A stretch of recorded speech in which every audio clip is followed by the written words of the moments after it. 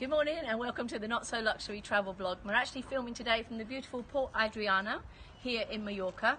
Amongst all these luxury yachts, we're here to tell you how you can travel on a budget, but today I'm going to tell you all things budget and how to plan your budget. Okay, so you need to look at what destination you are going to. So if you're going to America or Asia, you need to check out the cost of living, and obviously each destination will have a slightly budget, but what you need to do is work that out daily. So for example, when we went to America, we had $100 a day budget.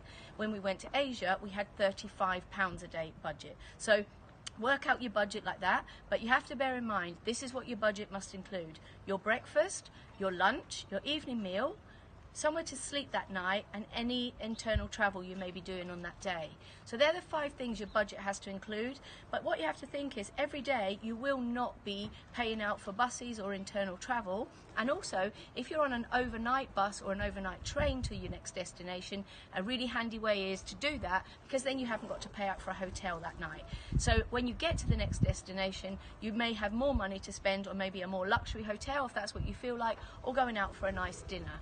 So I had a little competition with my son along the way. We had competitions to see how little we could spend. So we had budget day competitions. So I might get to the end of the day and say, right, I've only spent $15 today. And he was like, oh, I spent 20. So you can have that little competition with a travel companion. Just makes it a bit more fun. But we knew when we got to the next destination, we could go out, have a nice meal, stay in a nicer hotel. And then that way, every day doesn't feel like you're just on a budget. It actually makes it more fun and more enjoyable, because it should be enjoyable.